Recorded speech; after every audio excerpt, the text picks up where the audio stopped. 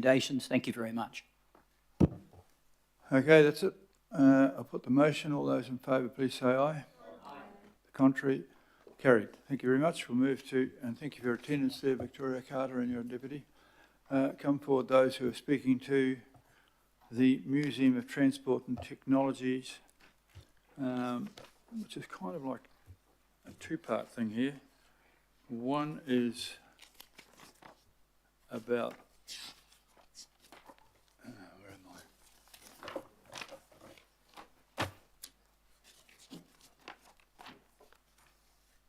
Right, we've got a couple of people here from MOTAT here to justify how they're asking for a council subsidy of $72 per visit, which is up 50% from what it was in 2023. There's another outfit I'd like to see us change the law around. Visitor numbers are static and we need to reduce their reliance on the ratepayer. We're currently required by law to give them large sums of money, and we've gotten the museum into a 3-year fund agreement, which is a good step forward with the right incentives in place. I think there's a lot of room for MOTAT to improve. I'm not keen on all of this, so I'm going to take it in parts. Deputy Mayor, would you like to move this? And it is seconded by Councillor Stewart. You just moved your hand. All right. Okay. We're in your hands, please.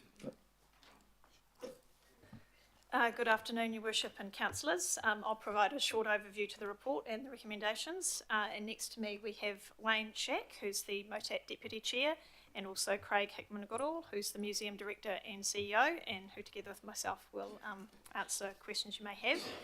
So as the Mayor's outlined, you're all pretty familiar with the legislative requirement that sits in the MOTAT Act for Council to fund MOTAT by way of an annual levy. I would point out that unlike the ARAFA legislation that governed the previous item, there's no provisions in that Act around sustainable funding or an ability for Council to assess the proposed levy against funding principles. They don't exist in the Act. This report's in two parts and two decisions for you. So the first part deals with the FY26 levy request, which you can see there in recommendation A. So each year MOTAT provide their draft levy request to TAU and council staff from myself from governance and the finance team, and we scrutinise those budgets and forecasts that are put forward, and we seek clarifications and explanations on those key aspects. So MOTAT's FY26 request represents a 3.3% increase on the last financial year.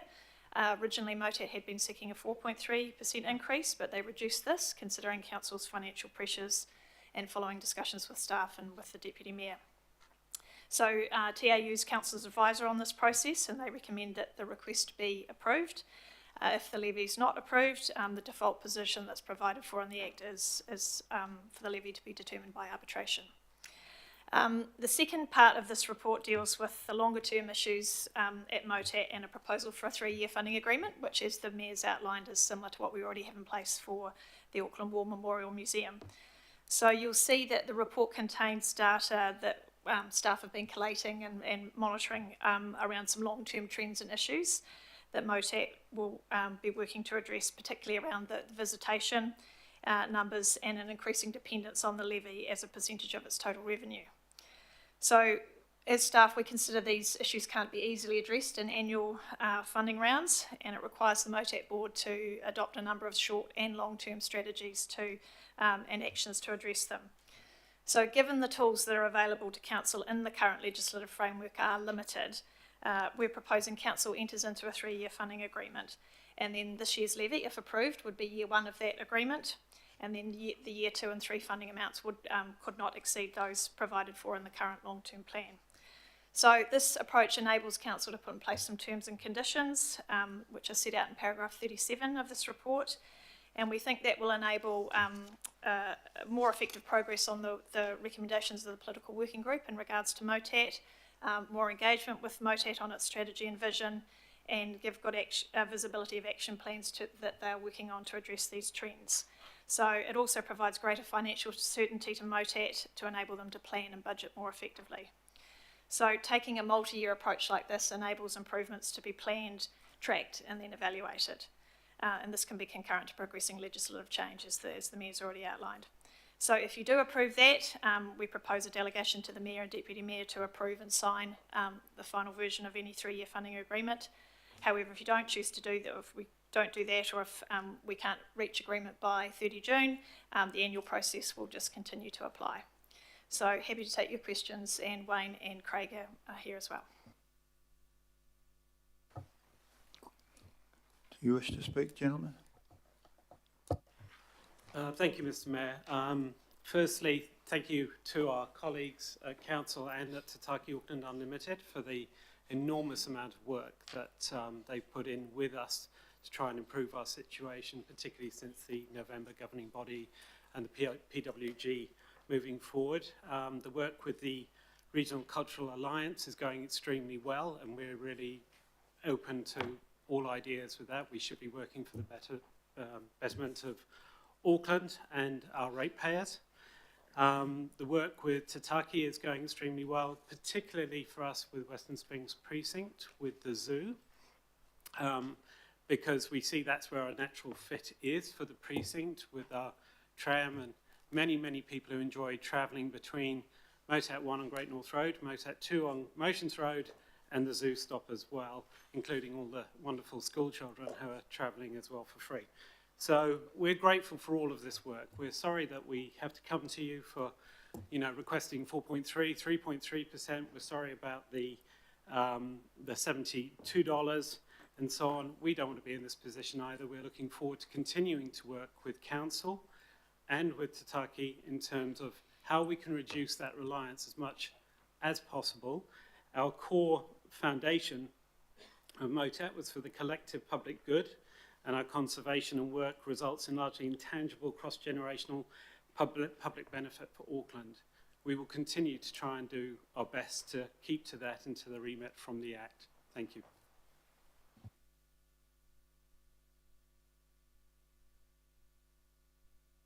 For that, and yeah, it must be quite tough when you look at those numbers. What long-term solutions are there, or are we just going to have to stay around $75? Because it's unsustainable for a long time. It would be the lowest net contribution of anything we own. So, and I'm sure you're well aware of that, and Mr. Carruthers will be aware of that as well. What can you offer in the way of hope? Thank you, Mr. Mayor and councillors. The fact is actually Western Springs Precinct gives an opportunity for greater visitation, and that's what we have to work on, is increasing our visitation. We are undertaking a pricing review as we speak, which we'll work with Tataki and the zoo on to make sure that the buckets remain the same and we align. But we are well aware, of course, that we've just apparently come out of a recession and of the geopolitical dangers ahead. So we want to be smart about that. It's about increasing that paid visitation. The other areas of increasing revenue are also extremely important to us, whether that's through our retail, through events, special experiences that we can ticket, whether or not it's... we are working, by the way, with Auckland Conventions. They are selling particularly our wonderful aviation hall again, which is fantastic, and that means that we've been able to do that with no increase in our staffing. In terms of cost controls, just to remind everybody, if you don't mind, that our real costs here that we're asking for money for is the capital renewal costs. We have 13 hectares at Motat 1 and 2, 11 hectares of which are on landfill, terrifying for all engineers with any project that occurs, and we have buildings which some go back to World War II, even though we were founded in 1964 and they came to us at that point. So we're looking after very old buildings, old assets on very tricky land, and we're very much spread out. So that is costly, and we would like to, and we always do everything as prudently as we can to make sure that we take care of that. Te Puananga, which is our science and technology centre, which 33 years ago, the building it is in was set up as science and technology. That is that part of Motat. The roof, after 33 years, was leaking, falling down. So we had to refurbish it. In doing that, we then said, how can we do this smartly so that we'll have something that will increase visitation? That's just an example. That has so far been incredibly successful, 49% increase in visitation coming through there. And that's to do with education and through visitors. So we will continue to always try and lift visitation. The big challenge, and where Western Springs Precinct comes in, and our alignment with the zoo, an ever closer alignment with the zoo, with looking at legislation and all the rest of it, is the fact that we don't have a huge international visitation yet. Neither does the zoo. People do not get off a cruise ship and think we'll go and have a look at the zoo or look at some trains and trams and so on. But by creating the precinct with the park and making it a one, we have the opportunity to actually create something quite special that would increase that visitation as well. I hope that goes some way into answering your question, but that is a core fundamental focus for us, is increasing our revenues whilst controlling our costs. I would like to also say that Mr. Shush here, who's our Deputy Chair, is a chartered accountant. Amit Prasad, our Chair, who is unfortunately in the Cargill today and sends his apologies, he's with the St John's Board, he's a chartered accountant. So financially, we have some tight fiscal control now with our Chair and Deputy Chair. Not that we didn't in the past, but we actually do have two chartered accountants that I report to now. If I could just also say the investment that the ratepayers made in Te Pūwanga last year to go to your point, Mr Mayor, of what light at the end of the tunnel, our visitation will be up 8% year on year, which immediately brings the 72 down by $4 a head. Still we acknowledge that's still very high, but we are in the incremental phases, and working with the Tataki and the rest of the precinct to accelerate visitor numbers. We'll continue to bring that number down. We're committed to bringing the number down as we work with our infrastructure and the rest of our colleagues in the precinct. Okay, it's a tough ask, I know, but it is 1% of our rates, and I'm sure you'll get lots of people supporting it, but I'm also under pressure to try and reduce our costs. So, Deputy Mayor Simpson. Your Worship, I've got a legal question. Could I ask Meredith to come and answer it, please?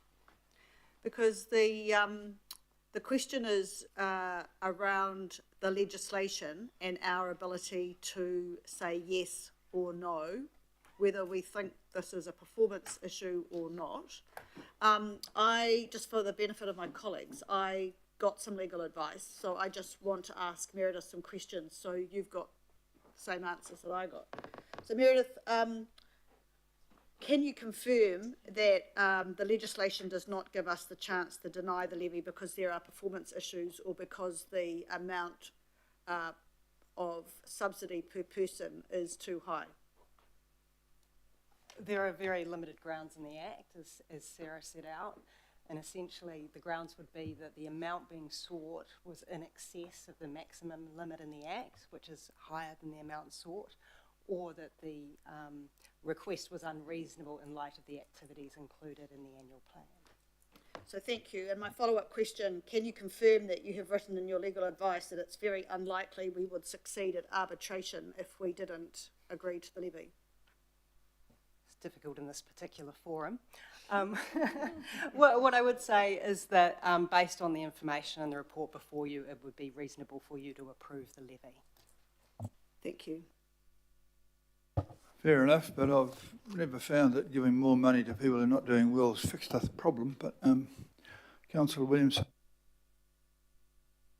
Yeah, thanks, Mayor. I'm very concerned about this, and it dates back to something I had a bit of a stoush with previous people from MOTAD about, because I have been briefed by a number of MOTAD enthusiasts. I think it's a great place, I love it and so on, but how it used to be a terribly driven by the number of volunteers, around 400 volunteers running it, and a staff of about 9.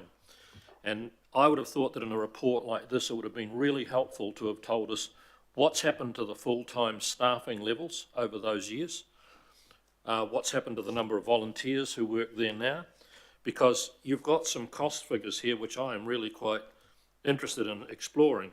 For example, your 12.2 million back in 2015-16 is now a 54% increase for this year. If you take out inflation, I've just been to the Reserve Bank calculator, 31.7% inflation during that time. You're looking at a 23% increase in the amount of money over and above inflation, and yet you've still got 248,000 total visitors coming through at a $50 levy.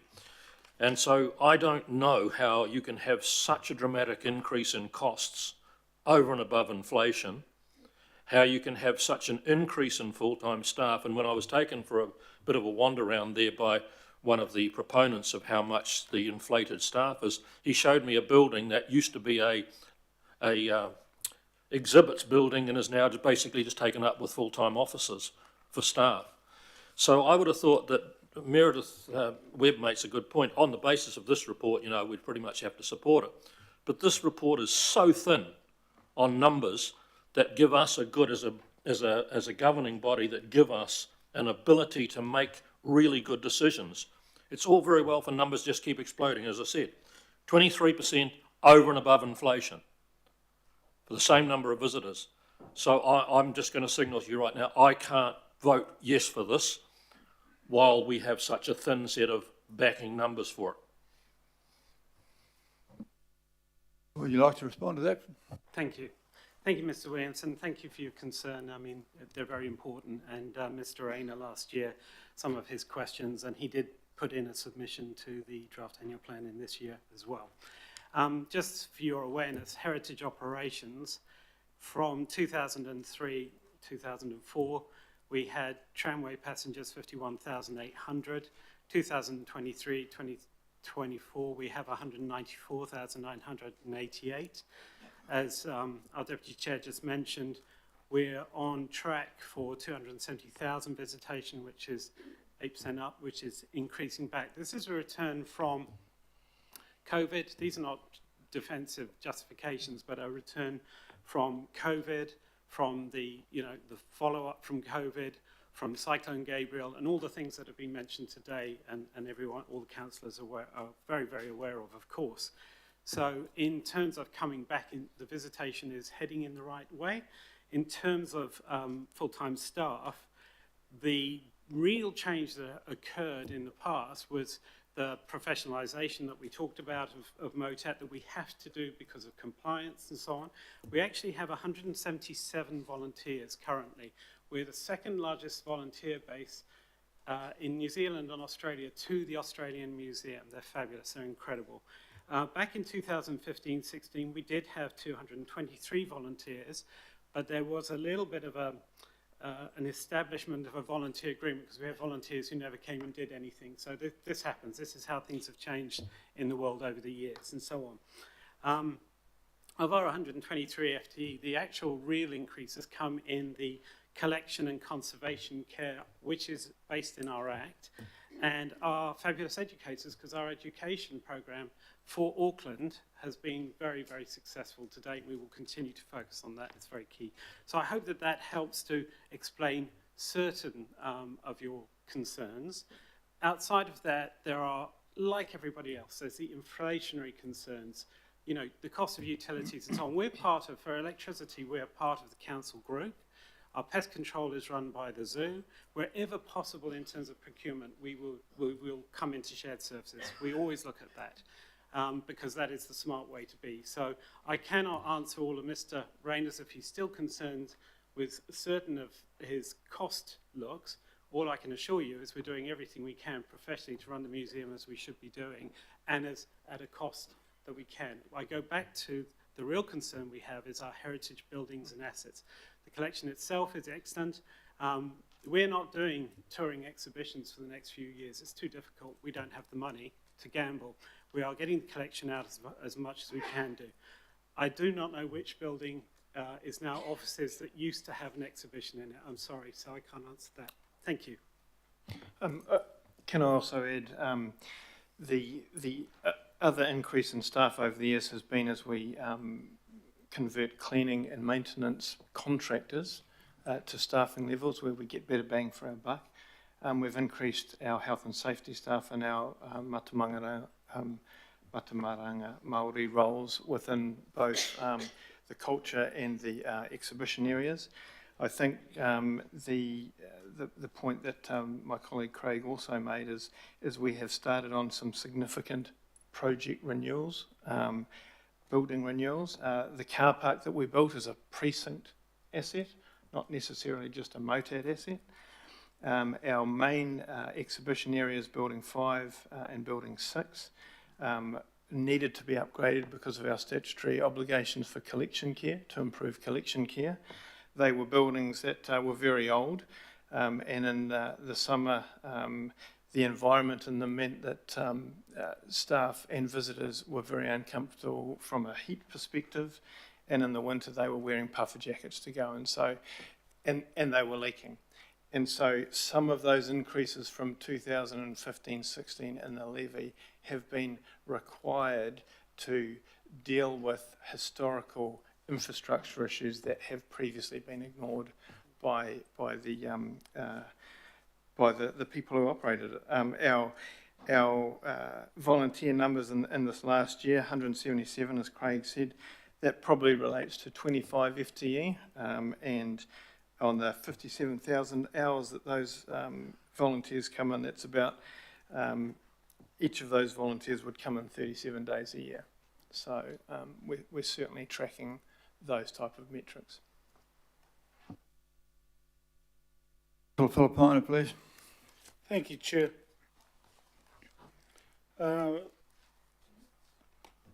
My police mind is asking me, and this may be a question to you, Chair, that if it's split, what is the reason why it's split? Because I don't have concerns about this, but I'm just trying to find out, is it split to allow people to, well, I don't know, I'll ask. Why is it split? Is it your call, Chair, or?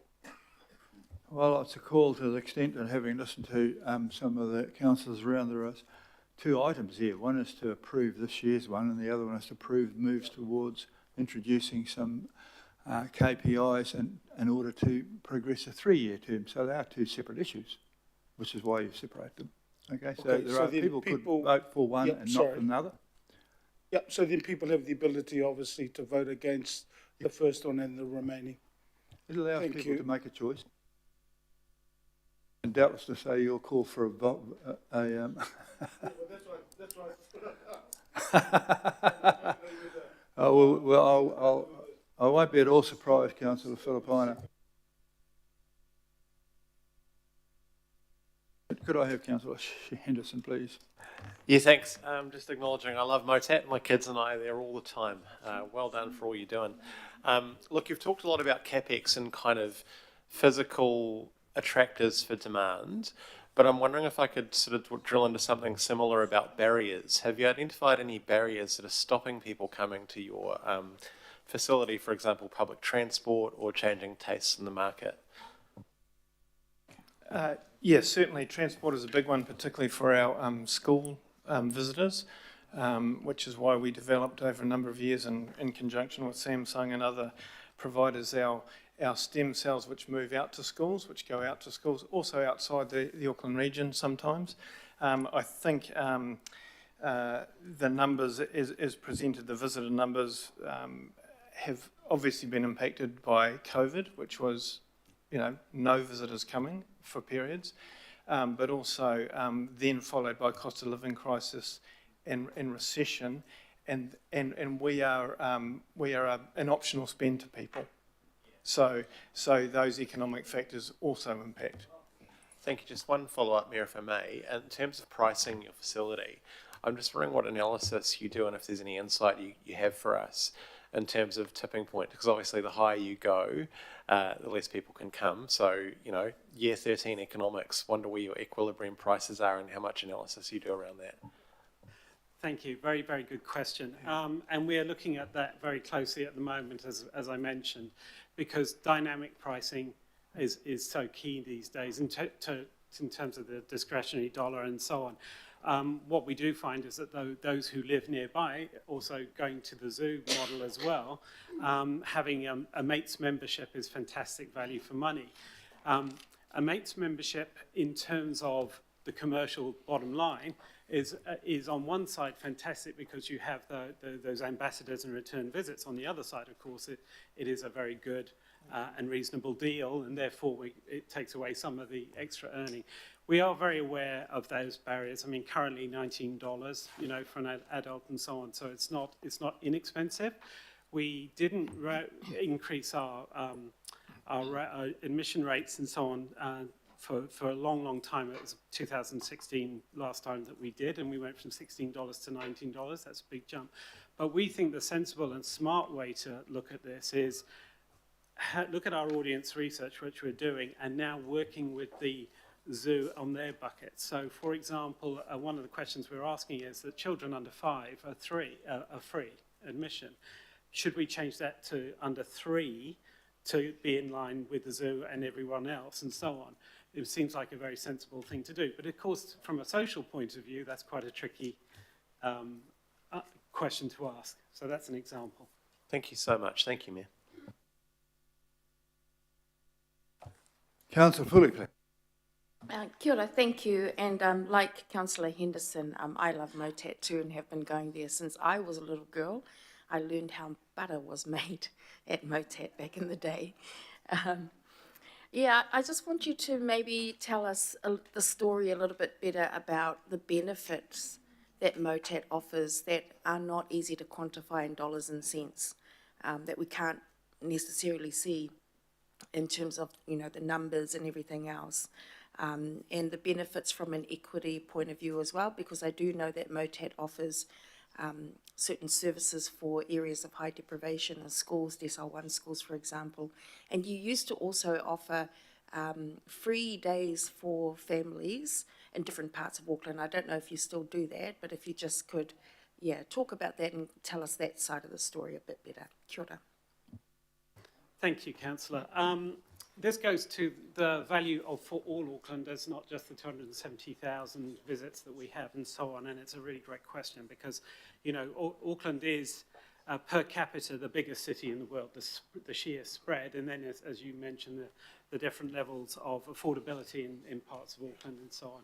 And so therefore, from our education program particularly, we see that as a wonderful way to be able to head into those areas where there isn't the extra money to be spent by families and so on. We do have programs for families in order to bring. We do a month where it's free for teachers as well, for example. So we are constantly looking at programs where we can afford to help and assist. The bit that's important, and it's really comes to the focus of the government at the moment, and that's STEM, of course, science and innovation. And this is part of the, if you like, debate that goes on with the first Motat and how we've developed over the years. I mean, Motat started as a colonial village, a heritage village. It wasn't even really transport. And then we moved into transport. And then we realized that actually the technology part of transport is what's so fantastic in innovation. And this goes to New Zealand and our number 8 wire and our inventiveness and so on. And so as we've moved along, we're now recognizing that the science and technology behind our collection, our overall collection, but really it's about thinking, I mean, the telecommunications exhibition that we have is just fantastic. And our volunteers who work in there, the kids have a great time with them, and adults become kids. It's quite joyful and so on. So it's learning and questioning, and it is really about science and innovation. Quantifying that back, that's why Rocket Lab are a supporter of ours and so on. But quantifying that back is actually, it's quite intangible to suddenly be able to go, well, we came along there and as a result, I decided to become, I wanted to be a scientist. It's a bit like for all museums, the number one reasons that actually museums now are so fantastic is because of the social space, the social getting together of all types of people from everywhere. And it's that occasion in a relatively safe place and so on. Now, does that actually stop somebody goes to the museum, has a wonderful time, and we're like a punk rock museum. You come to us and instead of saying, stand and look at something, don't touch anything, be quiet, we go, run around, be noisy. Unless we tell you it's unsafe, we want you to touch things. We want you to engage with the collection. And from that point of view, does somebody go back and then go, oh, I feel so good about life now, I'm not going to go and commit a crime or be angry or frustrated. It's intangible. However, it is a part of what we're there, we exist for, and how we want to look after our Aucklanders, really. We never forget that the Auckland ratepayers are our major shareholders. They are our shareholders. We respond to them. Thank you, Mayor. I think one of our major visions is to educate, inspire the innovators of tomorrow. And we're 12 years into a 20-year strategy, and we won't know the kids who come in the last 3 or 4 or 5 years until another 10 or 15 years when they stand up like a Richard Beck. Not that he says this, but they will say this: I was inspired at Motet to do what I'm doing now. And that's one of those big key intangibles that we're waiting for as we move down our strategic push. Kia ora, thank you. And I'm one of the kids that was inspired by Motet all those decades ago. Kia ora. Okay, Councillor Dalton, please. It's actually quite powerful, isn't it? And I wonder if there is a way, when you have 5 minutes spare, to think about how we capture that information of those who were inspired by Motet, because it is an intangible. My question, in the most part, has been answered, and that was around the impacts of deferred maintenance from previous years. So that's been spoken to. I just wondered if there are any assets that perhaps are expensive to maintain, that are ready for retirement. I'm assuming there's consideration around that quite a lot, and that you're focused now on Te Puea Waunanga and the potential for that and the investment it could likely bring. So getting that balance. But yes, are there assets you might have that could be up for retirement to ease some costs? Thank you. We do have a de-accession policy. We will always look to see if there is that opportunity, including taking items to auction if it's suitable that we can do. Unfortunately, we don't have a Mona Lisa around which would solve all our problems, but we do actually follow a very clear, and the policy is set on the International Council of Museums, so it's an international policy. Because again, reputationally, we wouldn't like to get ourselves in trouble. But to answer your question, yes, we do. We constantly look at the opportunity that you're asking about.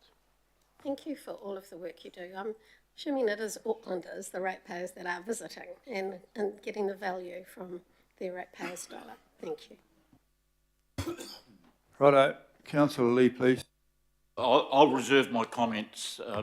I won't ask any questions. Thank you, Mr. Mayor. We're still in question time. Okay, we've been having comments of late, people who love it and love it and love it, but that's not a question. Councillor Watson has a question. I won't repeat the very apt questions that Councillor Williamson talked about, but I know a comment was made about, sort of leveraging off the precinct, the wider precinct there in terms of visitation. I was there on Saturday, and aside from everything else, there was a packed out Western Springs stadium with the Speedway. There seemed to be a lot of activity, and a lot of families in the area and over in the adjacent Western Springs Park seemed to be very, very busy. And of course, there's a crossover with the zoo. So I still really can't quite understand why the challenge is there, given our increase in population and the, I guess, the attractiveness for facilities like Motet. I went up to the aviation wing. It was, a wonderful experience up there. I love looking at the Lancaster bomber, which has been an attraction for many years. What do you think's going on in the kind of society that then is contributing to this sort of kind of malaise of sorts in terms of, that visitation growth you'd expect? I think, to be honest with you, I think the two things are the things we've talked about, Councillor, and that's one, transport and the spread of Auckland in terms of outside of our area. Obviously, there is the financial considerations in terms of the discretionary dollar. We're not cheap, unfortunately, or inexpensive. So, there's that. There's, at times, a time factor. Just under 80% of our audience are families. And that's another thing. I mean, we don't charge gold cards for a very good reason, because there's financial pressure for us, for so many, and also it encourages them to come and enjoy the well-being benefits of Motet after a certain age, and I'm very close to that age and so on. But a big part of that is actually getting to us and being able to come along and so on. So there's so many different factors that are, if you like, an impediment, if you like, in visiting, and that's for us, that's for the zoo, that's for all museums, that's anything. We're competing with so many different factors. The point is, I think that I'm trying to stress is that we're so open-armed and doing everything we can to attract them to us. We had a bit of fun with laneways last year, not this year, but last year, because the queuing was a little bit different. So we had a bunch of young people who were queuing in our queue, and we enjoyed the fact that when they got to us, we were like, do you want to come in and have a look at us before you go over the road to the wonderful festival that was going on? So we try to remove barriers to everything we can do, but we are very, very cognizant of the future, and we do have a great relationship with young people particularly, and I think that's something that we will continue to focus on, because that's the future for us. Okay, just a quick follow-up. There's the strict sort of cost-benefit analysis. There's also, when you come to institutions like yours, the sort of the more intangible benefit in terms of the preservation of heritage that maybe doesn't exist anywhere else. And I know you mentioned Mr. Rayner, whose association put in, I think, a very full and very interesting submission, and certain a couple of things he alluded to, and I'd be interested in your response to it, is the manner in which Motet, in terms of that more intangible, wider benefit to Auckland, he suggested what sort of additional role Motet might take in terms of supporting smaller heritage institutions across Auckland, which I think most people would be aware of how they're struggling, and how that could be a function that would be reaching out wider and really bringing in more people then in terms of aid and support, and through things like, he mentioned an expanded oral history project, particularly given the passage of time and how, as you know, with succeeding decades, we lose portions of our population, just like, for Bomber Command, I guess all those people have gone now, or must be maybe a couple hanging around. So with the march of time, you can lose a generation. So what about those suggestions from Mr. Rayner going to the helping smaller groups, and perhaps a more active oral history, just as an example? In terms of the oral history, we're very, very proud of the Walsh Memorial Library that we have on site, and the work that we do with people researching history and coming in. There's a lot of activity that goes on there. We also have oral historians on our team, and so we are capturing oral history as much as we can do. In terms of that other question, we're not there to spend the hard dollars that we're asking from you on other organisations, but what we do is have our experts, our teams, our curators, our collection conservators and so on. They do actually go out and help other smaller museums and groups around Auckland. The Cultural Regional Alliance is a fantastic body. We all help each other a huge amount, particularly if you think of the Maritime Museum for us. We're very, very close indeed with the team there, and they are with us, so we share our expertise and resources. The Howick Historic Village, that's a small organisation. We do everything we can whenever to help Lexi and the team there in terms of advice or actually helping show how to conserve and so on. So I can assure you we do what we can do within what we have available. I think one of the other things is Craig talked about our connection with younger people. One of the other key issues is as engineers and the like who have worked on things like the Solent or the Lancaster, how does that knowledge get transferred to somebody else to fix it in 50 years from now when it's still sitting there? And we are starting to see a younger cohort of volunteers come in, so that facilitates that natural albeit informal, and we've also been looking at how we get that knowledge transfer down on paper. But you know, it's part of the cultural change that we have been through in the last 7 or 8 years. Well, certainly, the young man that was guiding people at the aviation wing had an encyclopedic knowledge of the Lancaster and the Plains, was very impressive. Thank you for that. Councillor Hills, you got a question? And it was just more, it came up last year around the volunteers versus staff. I mean, wasn't part of the reason why there was 2 reviews, there was an Employments Relation Authority case, a High Court Judicial Review, Human Rights Commission proceedings, Official Information Act, Serious Fraud Inquiry, police involved, complaints to the Office of the Auditor General, and a bunch of other issues in 2011 and 12 that made you guys flip everything and bring in staff, bring in health and safety, bring in security, change everything you were doing basically back then. So it's kind of not telling, as far as I can understand, that's part of the story that you probably don't want to come and talk about every single time you come here because it's 13 years ago, but is that part of the issue why the costs have increased? Absolutely. And the way things have changed? Absolutely, Councillor, thank you. And that's a really important point. And I think the biggest part of that is that with 177 volunteers, 123 FTE, I, as the Chief Executive and Director, I'm responsible for 300 good people. We are one team. We don't talk about our volunteers as separate to ourselves. We are one whole team, and that's who I'm responsible to and for, and so on. And that's really key in terms of our values and our culture. And 2 questions quickly. The one on the more events, I know it costs you a lot to put them on, but you know, you've started charging for the Christmas lights, which is good. We went and booked last year. Kids all loved it. But are you able to do any more of that? Are you doing sort of business cases to see if you can do that throughout the year to get numbers up, but also people, you know, it's still low cost to pay, but it's better than the free a few years ago, which obviously brings you in some funding. Yes, an important point is not being busy fools. So we used to have programs that would increase our visitation, but it was actually costing us and therefore the ratepayer. We were not making any money.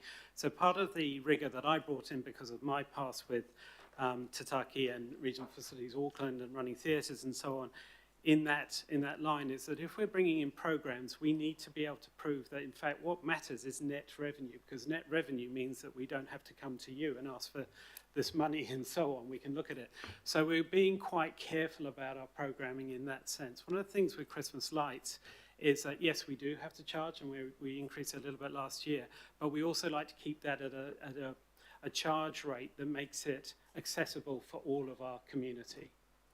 And the last question, Mayor, I see most of your increased costs outside of staff storage. I assume that's storing things that have to be stored, so well over, you're sort of working towards 2 million. And you fund your capital all through, this is OPEX from us, but it's the only way you fund your capital, your maintenance as well, almost $2 million. So I guess, are there ways, are you able to stop people donating or gift, you know, where does the balance, because even if we didn't give you the levy today, you would still legally have to be providing space and maintenance for all New Zealand's heritage that you have there. So, but how do you try and weigh up how to make savings there? Yeah, good question. Yes, there's a significant portion of our collection that is in storage because any museum will only have a small portion of their whole collection on display at any one time. And that needs to be in appropriately controlled and environments to care for the collection while it is in storage. What was the second part of your question? Just, you know, the depreciation, the capital and the maintenance is in the millions and millions. Is there, I know the buildings, you know, the aviation hall's got massive issues. What are we, is there a way to consolidate any of that over time? Yeah. Unfortunately, that's not an easy answer, and that's why we're here and why I stress that what we are talking about here really is the challenges of the capital renewals. To go back to the storage question, we pay $1 million for storage. We have very, very, very big items in the collection, even though we de-access those that we can do and so on. So going forward in terms of that, please remember that part of the reason that we're here and asking for what we're asking for is we have a $10 million loan. So unlike other groups and so on, we actually have a mortgage that hands on. We live on a cash flow basis, if you like. So for us, every little thing that we do and everything we look after, that's the way we're having to pay for it and so on. And yes, we would like to have philanthropy partnerships and so on, but again, they're not big enough to come through. We don't have an endowment fund like the museum does of 7.4 million, for example. That unfortunately hasn't come our way. Fantastic for them though, we really think it's good. So that's an example of what you're asking. The other part of your question was, can we reduce the collection? And the answer is we're actively reducing the collection by items that are not on strategy, but we are also bringing in new ones. The recent ones, unfortunately, are helicopters, you know, big items that are significant to our collection and the story we're telling and the strategy, and they take space. So we are deaccessioning tablecloths, but we're bringing in helicopters. These are donated, by the way, not Correct. bought. So we have people who offer, but we can't afford to be buying collection items when we have a collection item to look after. These are donations. Righto. I've got the last question, and then we'll go to a debate if anyone wants to comment on things. But I'd have to say that you're in the whoop, whoop, pull up stage of life. If we do change the legislation, and if, for instance, we came up with, well, not unreasonable thing when I'm comparing the amount of subsidies we pay for other things, that we only got you down to a 50% subsidy, which is where you'd be at $12 for 50% added on, because currently you're 90% subsidy, which is pretty high.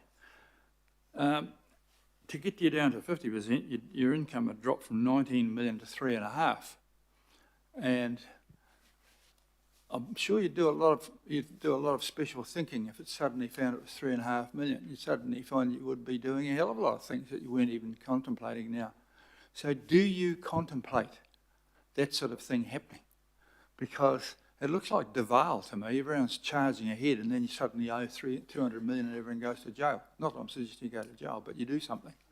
So have you considered the disaster scenario? Because it may well be that council next time's not so happy to give money out as we seem to be at the moment. So Thank you, Mr. Mayor. Yes, we do, is the answer, and you're right, it's pull up. This is why we see the 3-year funding agreement as an excellent opportunity, actually, to be able to work with all of our wider colleagues in terms of that pull up, and what, you know, make sure we haven't missed anything anywhere.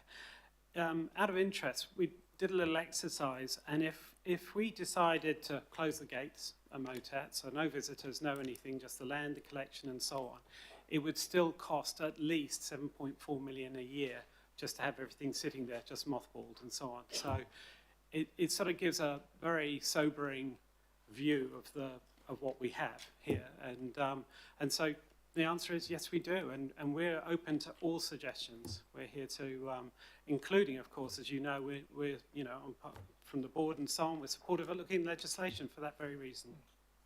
well, that's a reasonable good answer. Perhaps accountants, we need to have the accountants who are taking over Deval at the moment or something like that. What do you call those guys? Certainly ones with good personality, right? All right, well, I just think you should be having some, developing a disaster scenario for us next time we meet. So we could hear what is the disaster scenario, because you can't rule that out. A number of organisations across New Zealand are going to have to start thinking about those at the moment. And the local government as a funder of everything. I mean, the Prime Minister's been giving me lectures all year long about we've got to stick with things that we have to have, and pipes, and I've heard how many lectures about it's got to be pipes and footpaths and concrete and not allowed to have anything that's like nice to have. Well, it's hard to say that you're not nice to have. I think you're nice to have. I quite like it myself. I'm an engineer. But we're in times in which we are told, I get incessant lectures from the government about not funding anything that's not nice to have. And so, well, these are nice to have, right? Yeah. Apparently, it's not nice to have roads and toilets, but we do need to have those ones. But you get my point. So I'd like to see next time you come over here, you come out, what is the disaster scenario? Because you can't avoid thinking about that. Moringi Bay might come and save you. They save everything, apparently. There's a very busy surf club up there. Thank you, gentlemen. We'll go to debate. Just noting not all gentlemen, please, Mayor.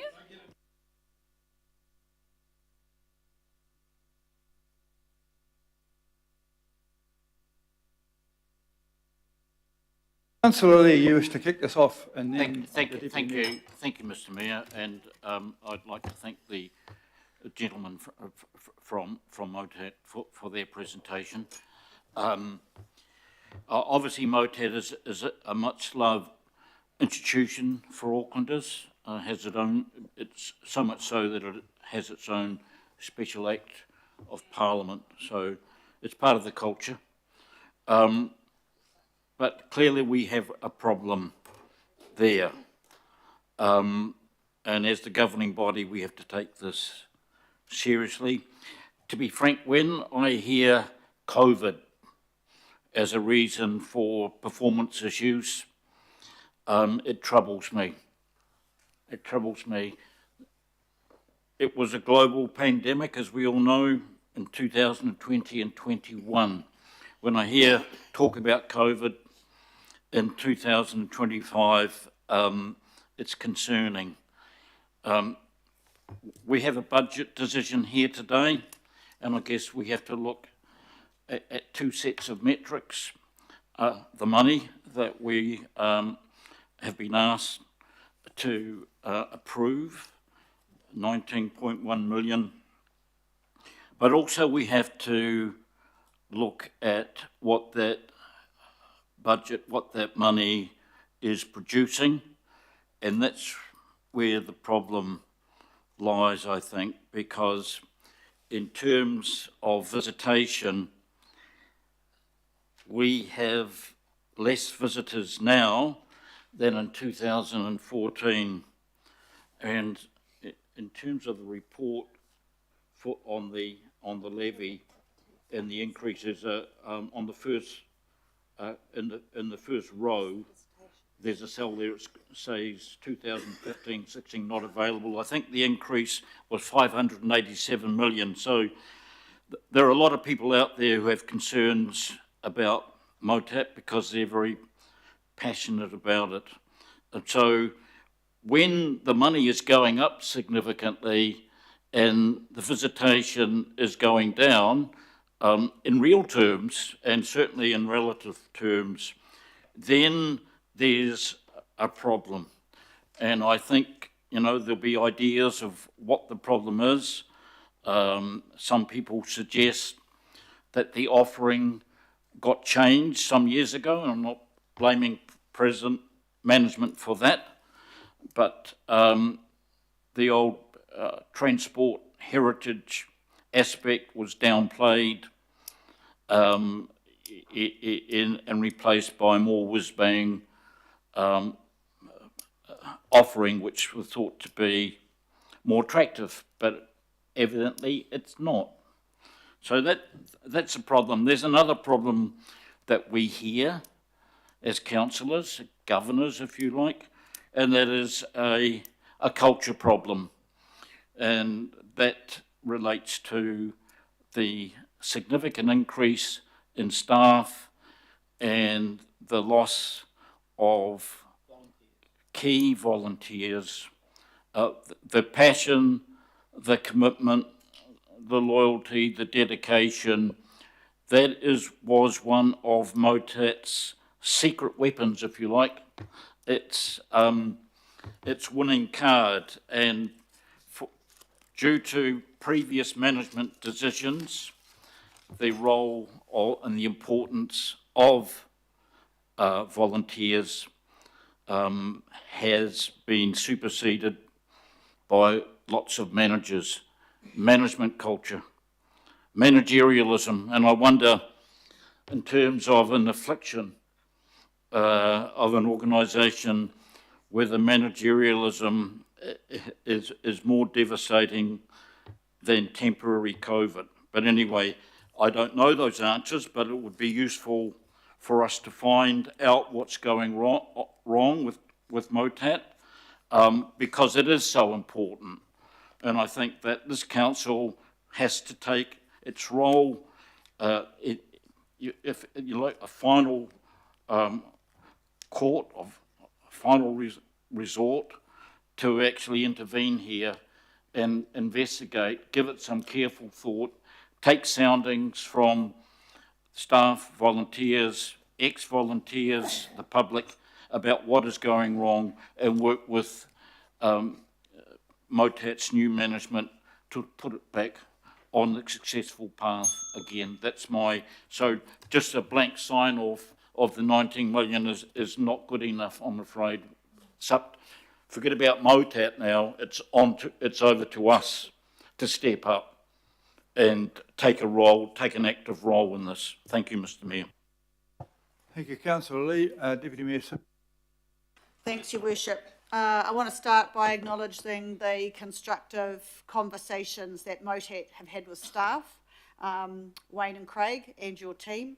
Thank you, Alistair, Sarah and Chris. I know that you've been involved in that, as have myself, and as a result, the ask to us went down from 4.3 to 3.3. And councillors, just so you know what that's worth, it's just under 200k, or 190 to be precise. We also discussed issues that are covered in this report. Council is rightfully concerned about our investment and what it returns in terms of visitation and revenue that is self-generation. I think we are right to be concerned about that. And I'm also aware, as you are all now as well, that MOTAT has significant capital challenges. However, with regards to A, we have only two options: agree or not to agree. And our legal team tell us we are very unlikely to succeed if we go to arbitration. Arguably, the cost of that is the cost of the levy. So I reiterate, the legislation does not give us the chance to deny the levy because we think there are performance issues. So that's my thoughts on A. In regards to B to E, I think this is very healthy to enter into a 3-year funding agreement in conjunction with a legislation change. Because as a result of those constructive discussions with MOTAT, and I acknowledge the change of board, etc., and the discussions with our wider council family, we can get to a point that we can put some KPIs and agreements in for that funding agreement concurrently with our work around legislation change. And I just want to say thank you to MOTAT. I've got to be very careful with my words. That hasn't been so forthcoming in the past, and now it appears to be very forthcoming. So I think that's quite a positive move. So to that end, I absolutely support B to E and working with them. It's worked very well with the museum. We were in exactly the same position with the Auckland War Memorial Museum, and I think that would save us this painful discussion annually on this this levy. So I would then ask you, councillors, to vote in favour of all the recommendations, and I'd like to thank MOTAT for coming today and looking forward to working with you and the Mayor on your 3-term agreement. Thank you, 3-year agreement. Thank you, Councillor Fully. Kia ora, thank you, Your Worship. Look, I want to just reiterate as well what the Deputy Mayor has pointed out in terms of our legal obligations here. We've heard from our legal team that this is the levy being proposed is reasonable, and so it's something we should accept in terms of the recommendation, and unlikely that we'll be successful at arbitration. And as the Deputy Mayor pointed out, it probably would cost us heaps more if we did go through the arbitration process. I also want to acknowledge and accept that, you know, there are cost pressures that MOTAT has been going through like every industry in the country and around the world. And I acknowledge too that those increases in costs, things like the buildings, the heritage buildings, the age of the buildings and the maintenance costs for that, but also that we are in a cost of living crisis still, only just coming out of a recession. So of course that's reflected in the numbers of visitors. Of course it is. I mean, if you go to the movies, you'll see that they're empty across the city. Very few people have a spare 20, 30, 40, 50 bucks in their pockets to spend on entertainment. And so I acknowledge that, those are costs that MOTAT is experiencing in the figures that we have before us.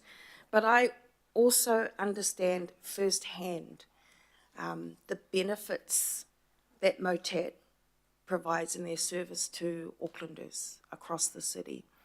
I understand as a child who used to go there, for many years, and a kid from South Auckland growing up in an area of high deprivation where my family didn't have a lot of money, I absolutely remember all of my visits, and we went many, many times over the years as a student from Otara to MOTAT. And I'm old enough to remember when it was a colonial village, and that's where I learned how butter was made. And for years after that, I would attempt to make butter at home.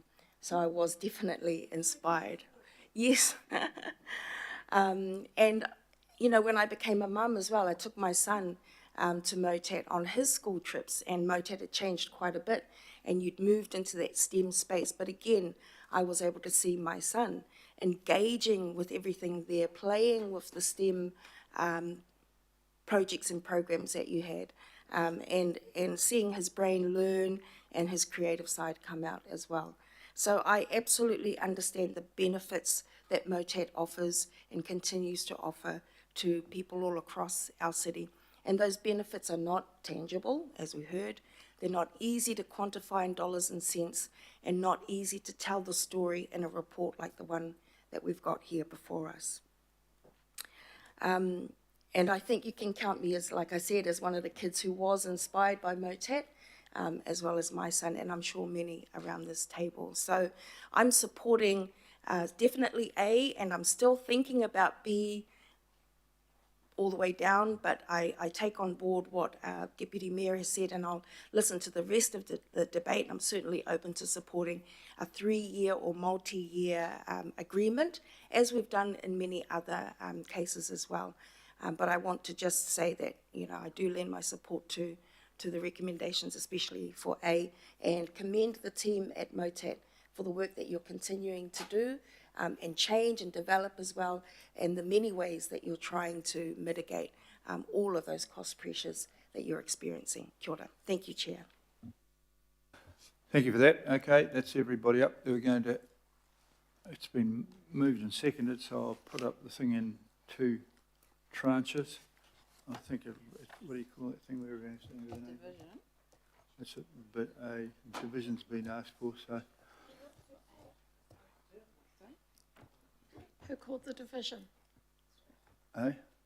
Did somebody call a division? Alf, did you not call? Oh, okay. Did you call for a division? Sharon did. Oh, I assumed you did. Oh, no, it has. It has. Sorry. Someone beat you to it. Okay. We're voting on A, which is to let me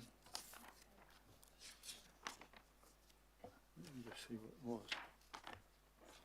Approve 19.65 million. Okay, Councillor Baker. For. Councillor Bartley. MOTAT is an Auckland institution that I went to as a kid as well. I support it. Yes. Councillor Dalton. For. Councillor Darby. For. Councillor Ferry. For. Councillor Filipaina. Aye. Councillor Fletcher. Yes. Councillor Foley. Yes.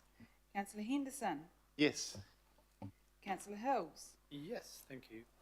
Councillor Lee. Abstain. Councillor Leone. For. Councillor Newman. Councillor Sayers. For.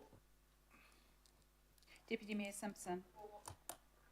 Councillor Stewart. Against. I've allowed to. asked, I'm allowed to do You that. don't have to vote for it. I didn't actually put my hand up to.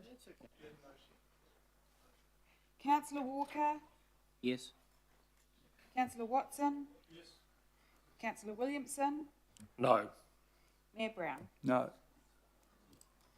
So that is carried 16 votes to 3 with 1 abstention.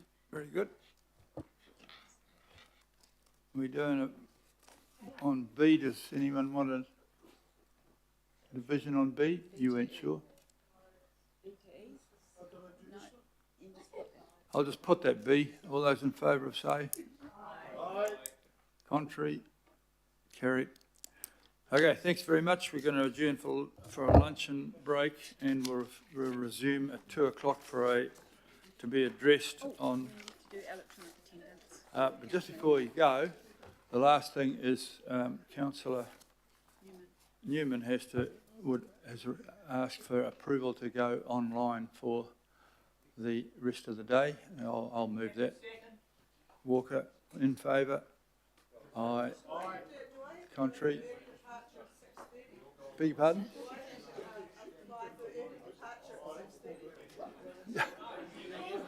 I hope not. At 6 o'clock I'll ask you again.